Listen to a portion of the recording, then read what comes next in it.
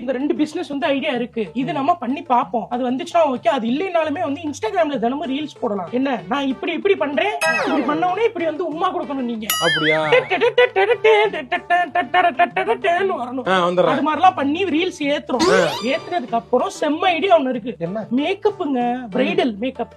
நான் எவ்வளவு அழகா பண்றேன் அது மாதிரி எல்லாருக்கும் நான் பண்ணி விட்டேன்னா அமௌண்ட் வரும். நானே காசை கொடுத்துருன்னு சொல்ல வைக்கிறேன், நீ அது தெரியாம நீ பேசிட்டு இருக்கமா. நீ நல்லா சரி ஏங்க இப்படி என்கரேஜ் பண்ண டிஸ்கரேஜ் பண்றீங்க? டிஸ்கரேஜ் பண்றதுக்கா நான் சொல்லமா, எதுக்கு எப்பவுமே டிஸ்கரேஜ் பண்ணியே பேசுறீங்க? சரிண்ணா ஏன் உங்களுக்கு அது வந்து நீங்க ஆண் நான் பெண்ணுங்கறனால தானே? இல்ல அதான் பொம்பளைக்கு எதுக்கு இதெல்லாம் பண்ணிக்கிட்டு இவளால என்ன பண்ண முடியும்?